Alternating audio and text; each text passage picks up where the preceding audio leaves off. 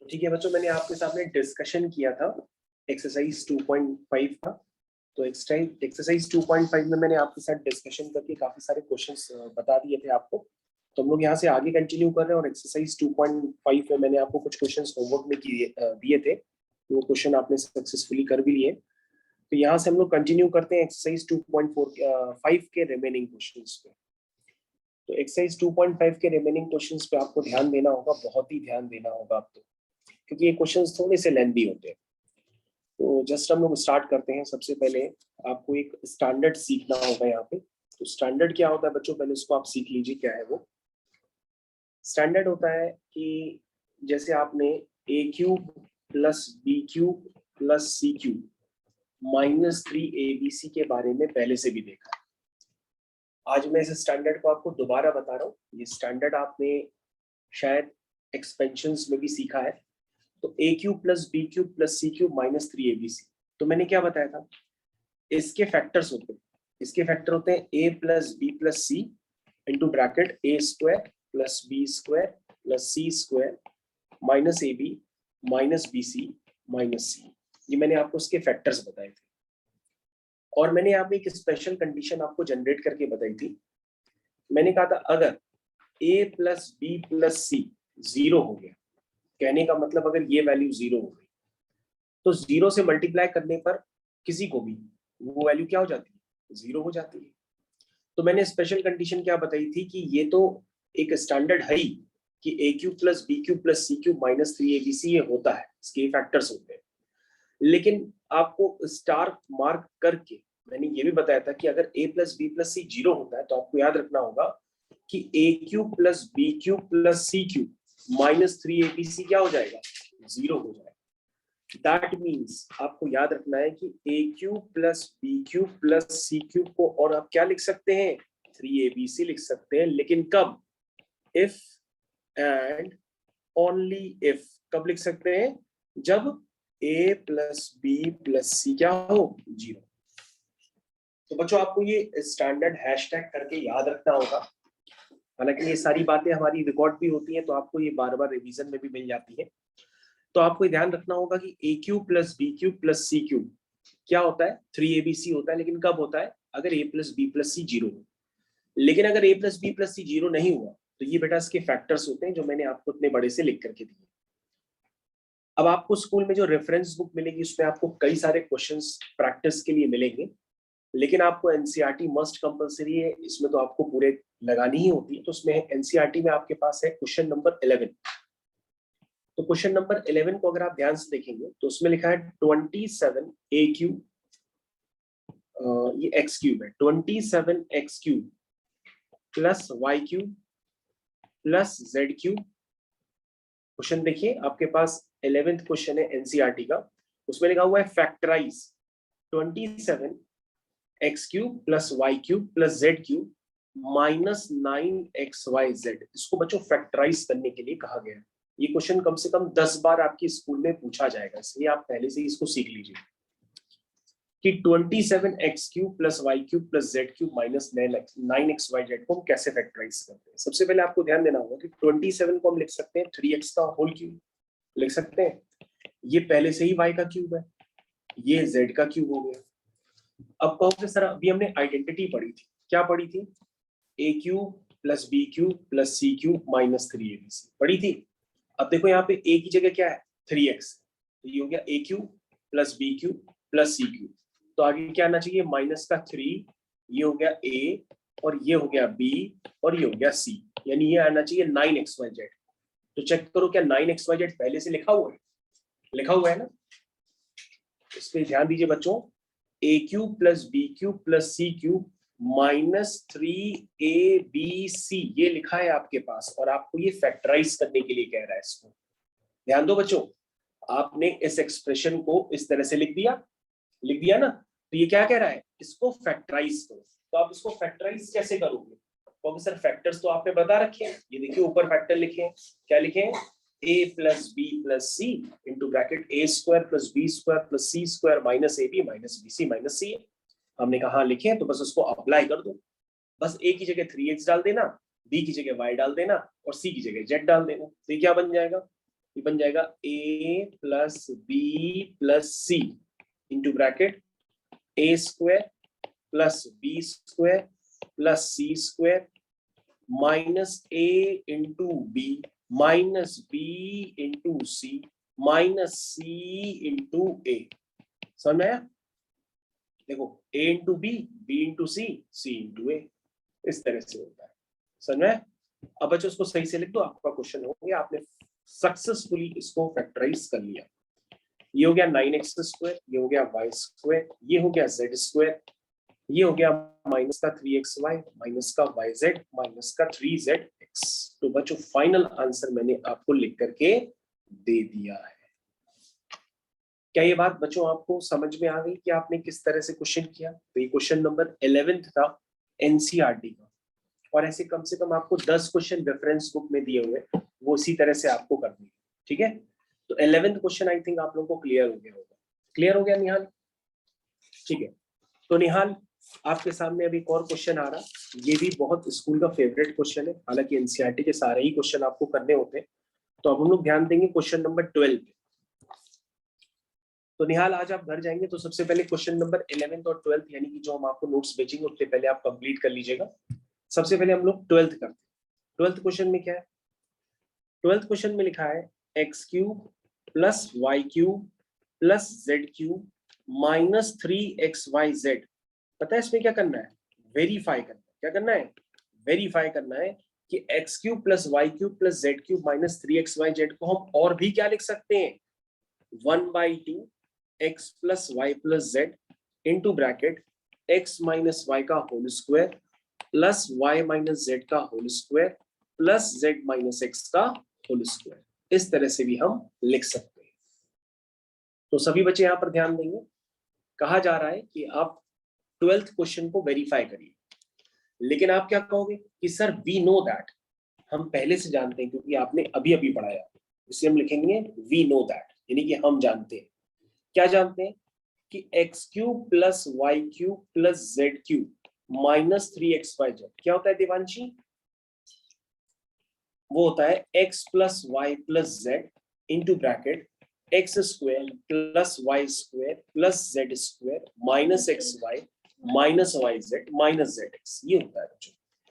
तो बच्चों x cube plus y cube plus z cube minus 3xyz zero नहीं होता, वो तो जीरो एक स्पेशल कंडीशन में होता है जब x plus Y plus z equal to zero. समझ में आया? ऐसे जीरो नहीं होता है। कहने का मतलब अगर ये चीज जीरो गिवन होगी तभी ये वैल्यू जीरो हो जाएगी, तो ये गिवन थोड़ी नहीं है कि x plus Y plus z zero. तो आपने क्या करा कि आपने सबसे पहले लिखा कि भैया इसको तो आप इस तरह से फैक्टराइज करते हो, लेकिन इसने कहा इसको आप ऐसे एक्सप्रेस करके दिखाओ, जब ऐसे एक्सप्रेस करोगे तभी ये वेरीफाई हो पाएगा। तो तुमने कहा सर बहुत आसान है, अगर हम इसको ऐसा बनाना चाहते तो सर इसको तो डिस्टर्ब करेंगे नहीं क्योंकि ये तो पहले से ही उसमें मौजूद है, यानी सर डिस्टर्बेंस यहाँ पे कुछ करना पड़ेगा और ऐसा कुछ बनाना पड़ेगा। और सर यहाँ पे 2 से डिवाइड भी किया गया, तो हमने कहा यहाँ पे भी तुम 2 से डिवाइड और मल्टीप्लाई कर सकते हो। तो तुमने कहा ठीक है सर स्टार्ट करते हैं, हम क्या करते हैं इसके आरएचएस को वैसा बनाने की कोशिश कर रहे हैं जैसा ये हमसे वेरीफाई करने के लिए कह रहा है। तो सर हमने क्या किया, 2 से मल्टीप्लाई और 2 से डिवाइड किया। क्या किया?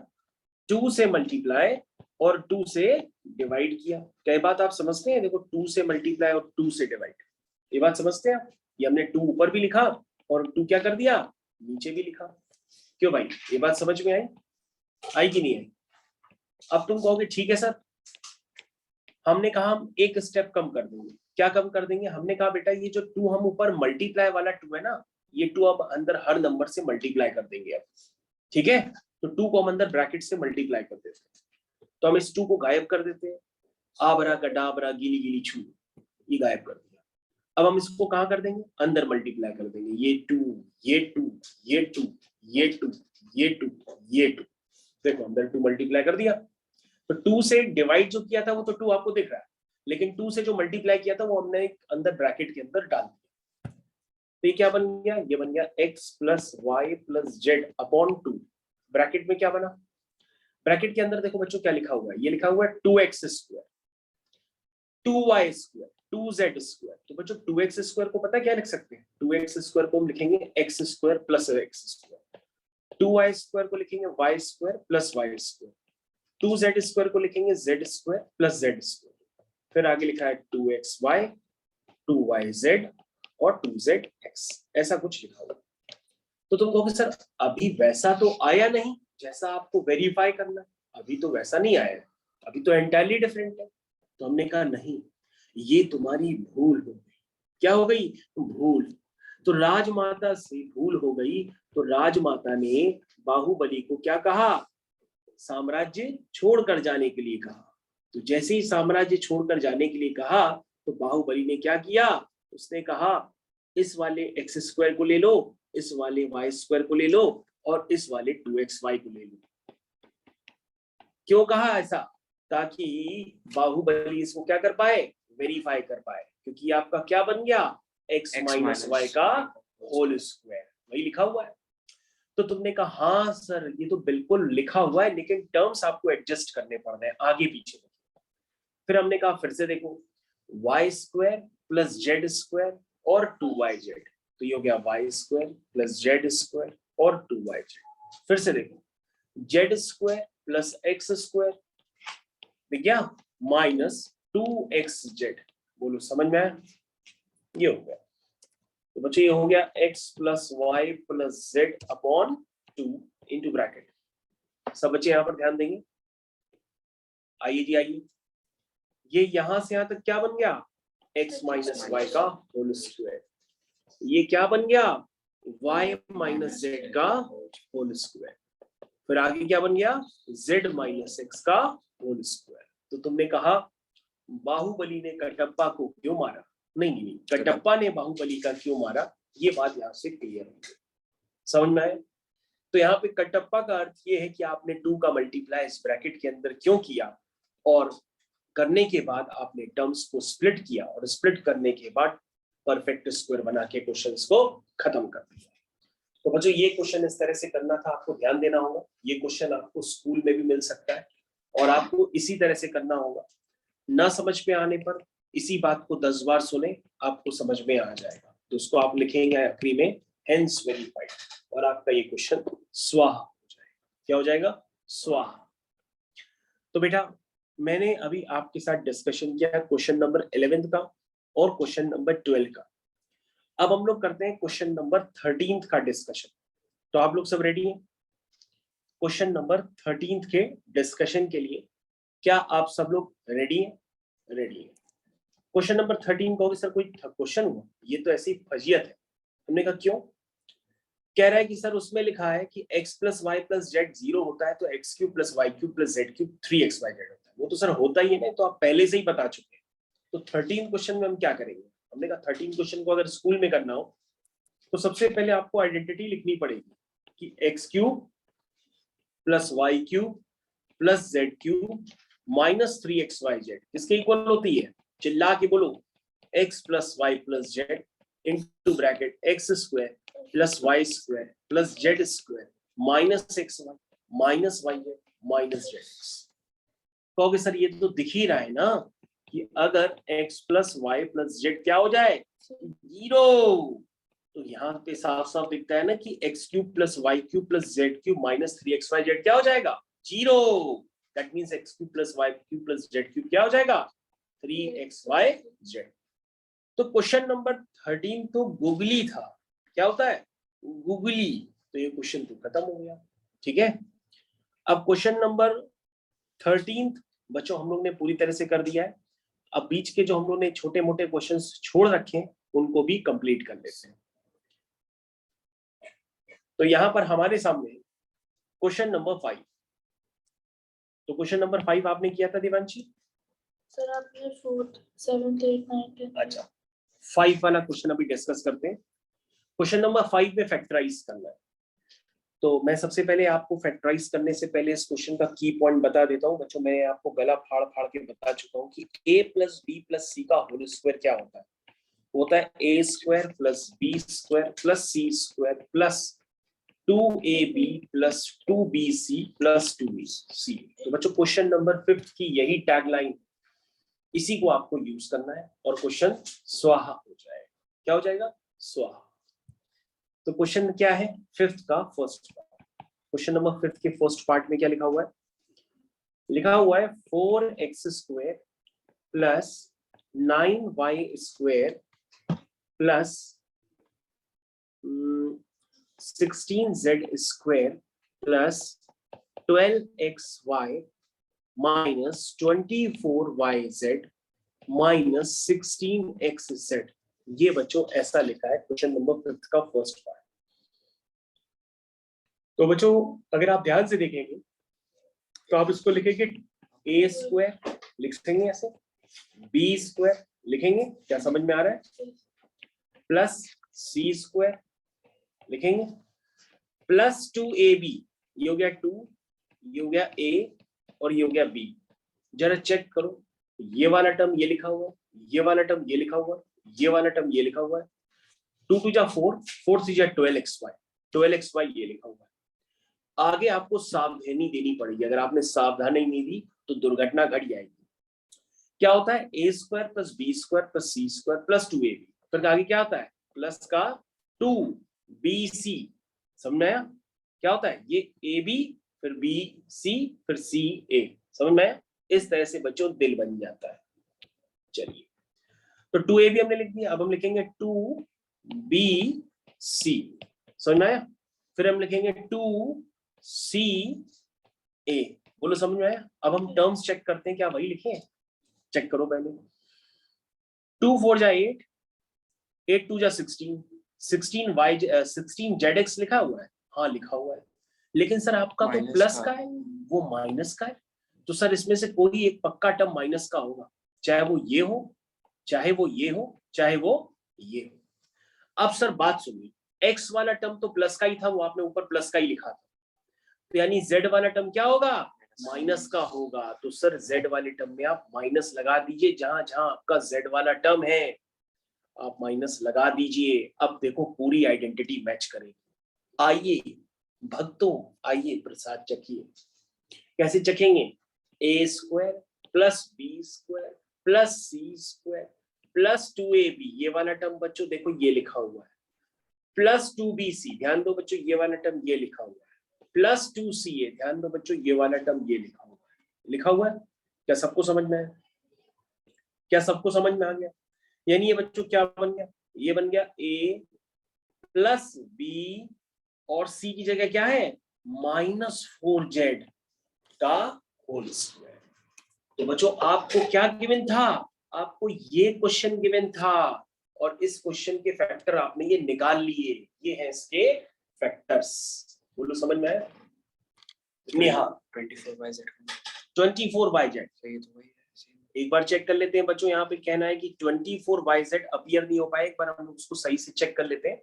आइए भक्तों देखें, आइए भक्तों ध्यान दीजिएगा। a स्क्वायर वो ये लिखा है, b स्क्वायर ये लिखा है, वो c स्क्वायर ये लिखा हुआ है, क्योंकि माइनस का स्क्वायर बच्चों प्लस ही हो जाता है, माइनस का स्क्वायर प्लस हो जाता है। 2 2 जा 4, 4 3 जा 12, 12xy बच्चों ये लिखा हुआ है, ठीक है। उसके बाद होता है 2ab 2bc, क्या होता है? 2bc, ये बच्चों यहाँ पर मेरे ख्याल से 3 है। एक बच्चों आपको ध्यान देना होगा, कुछ गलती एक जगह हमने मिसिंग कर दी है, वो सिर्फ निहाल बाबू ने ध्यान दिया। तो यहाँ पर आप इसको लिख दीजिएगा, क्या लिखेंगे? 3y लिखेंगे, क्योंकि बच्चों लिखने में टर्म्स आगे पीछे हो गए, ध्यान दीजिएगा। ये 2ab, ये 2bc और ये 2c लिखा हुआ बच्चों, आगे पीछे हो गए। देखो 2ab 2bc और 2c, अब मल्टीप्लाई करिए, 2 4 जा 8, 8 3 जा 24, और ध्यान से देखिए 24 लिखा है।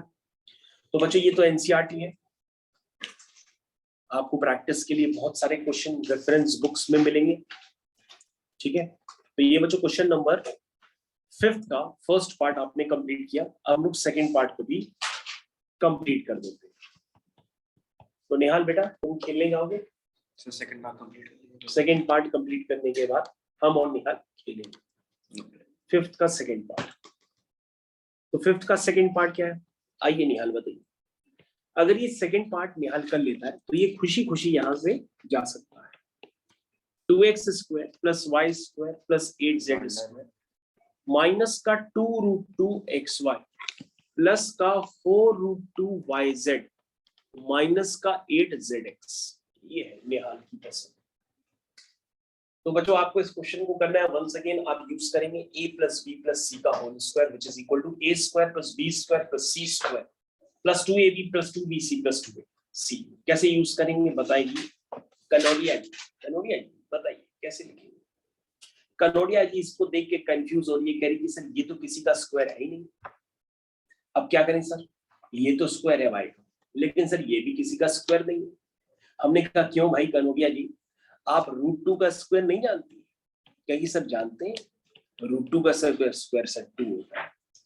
हमने कहा क्यों 2√2 का स्क्वायर नहीं जानती हो? क्या होता है √2 का स्क्वायर 2 होता है, ये लोग आप जानते हैं कि नहीं जानते?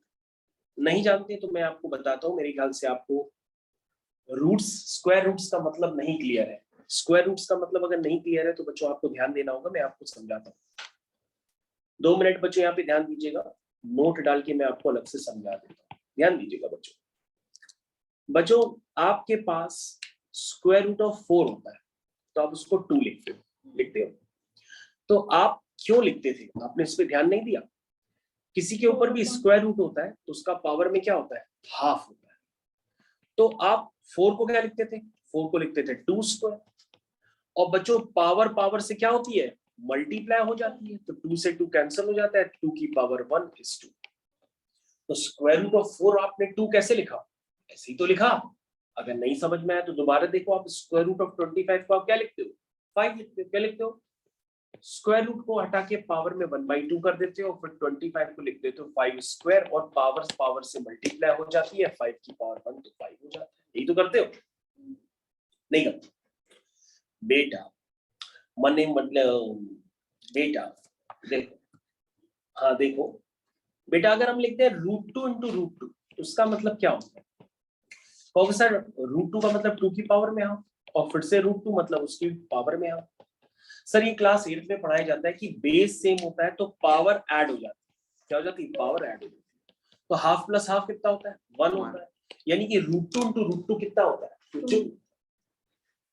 √2 इंटू √2 क्या होता है? 2 होता है। यानी कि बच्चों आप जनरल याद रख लीजिए कि √a इंटू √a क्या होता है? a होता है। ये याद रखना आपको हैशटैग करके। अगला देखिए, मान लीजिए देवांशी ने कहा कि सर 2√2 क्या होगा? तो हमने कहा बहुत आसान, सबसे पहले ध्यान से देखिए 2 इंटू 2 क्या होगा? 4 हो जाएगा, और √2 इंटू √2 क्या हो जाएगा? 2 हो जाएगा, यानी क्या हो जाएगा? 8। नहीं समझे भगवत? देखो भाई भक्त जनों, 2 2 जा क्या हुआ? 4, और √2 इंटू √2 अभी बताया था क्या होता है? 2, तो ये क्या हो गया? 8। 2√2 इंटू 2√2 क्या होता है? 8। नहीं समझे भक्त जनों? दोबारा देखिए, अगर आपसे कोई लिख दे 2√3 का स्क्वायर तो आप डायरेक्ट बता सकते हो क्या होगा? डायरेक्ट बताने का तरीका समझो। सबसे पहले भक्त जनों आप 2 का स्क्वायर करना, क्या होता है? 4। फिर √3 का स्क्वायर करना, क्या होता है? 3। तो ये बन जाएगा 4 इंटू 3, दैट मीन्स 12। भक्त जनों नहीं समझे तो अगला देखो, 7√3 का स्क्वायर, तो 7 का स्क्वायर कितना हुआ? 49। √3 का स्क्वायर कितना हुआ? 3, यानी 7√3 का स्क्वायर कितना हो गया? 49 इंटू 3। नहीं समझे भक्त जनों? समझ में आया? अगर भक्तों को समझ में आया तो मैं इस क्वेश्चन को आगे कंटिन्यू करता हूं, और ये आपकी हो गई रफ वर्किंग। तो भक्त जनों इस क्वेश्चन को हम लोग कंटिन्यू करते हैं, इसलिए इस क्वेश्चन को हम नीचे ले आते हैं। आइए जी आइए, आइए जी आइए। अरे भक्त जनों इस क्वेश्चन को हम नीचे ले आए, ठीक है? तो भक्त जनों अब इस क्वेश्चन को आप लोग कंप्लीट करेंगे। भक्तों इसको कंप्लीट कर लीजिए जल्दी से। ये वाला क्वेश्चन तो अब आप कर सकते हैं ना, क्योंकि आपने कॉन्सेप्ट सीख लिया। कहोगे सर ऊपर जगह आपकी खाली है, तो हमने कहा बेटा जगह खाली है तो इसको ऊपर ले जाते हैं, और बेटा इसको भी हम ऊपर ले जाते हैं। ये है क्वेश्चन नंबर 5 का सेकेंड पार्ट। तो आप लोग रेडी हैं? सबसे पहले भक्तों आप कहेंगे कि सर 2x का स्क्वायर है, तो हम उसको क्या लिख सकते हैं? √2x का स्क्वायर लिख सकते हैं। y का स्क्वायर y स्क्वायर हो गया। 8z स्क्वायर है, तो 8 को क्या लिख सकते हैं? 2√2z का होल स्क्वायर। भक्त जनों 8 को मैंने 2√2 का स्क्वायर लिखा है, सभी को दिक्कत नहीं होनी चाहिए। A square plus B square plus C square क्या होता है प्लस 2ab प्लस 2bc। बोलो समझ में प्लस 2ca। भक्तजनों सब चेक करो क्या वही लिखा है ऊपर। कहोगे सर अभी चेक करते सर एक लोचा है। हमने कहा क्या लोचा है। कहोगे सर देखिए ये वाला टर्म ये लिखा है ये लिखा है ये लिखा है लेकिन सर ये वाला जो टर्म है ये है 4√2yz। ये क्या है 2 टू जा 4√2yz। तो सर ये 4√2yz लिखा है और सही भी लिखा है लेकिन सर ये वाला टर्म प्लस का है ये वाला टर्म माइनस का है। तो कहोगे सर एक टर्म माइनस का हो तो तुम कहोगे सर x को होना पड़ेगा क्योंकि यहाँ पे y तो है नहीं क्योंकि y पहले से ही पॉजिटिव था z वाला भी पॉजिटिव था। तो सर x वाले टर्म को क्या होना पड़ेगा निगेटिव। क्या कर दिया निगेटिव।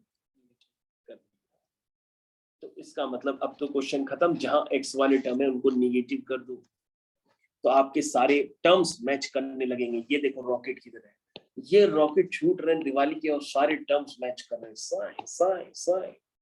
एक साथ डब्बे में आपने आग लगा दी और सारे रॉकेट एक साथ छूटे उसका आनंद ही कुछ और होता है। तो तुमने बेटा सीटी वाला रॉकेट जलाया। आइए बच्चों तो ध्यान से देखिए ये हो गया a plus B plus c का होल स्क्वायर। बच्चों ये फैक्टराइज हो गया और क्वेश्चन नंबर 5 की समाप्ति हो गई।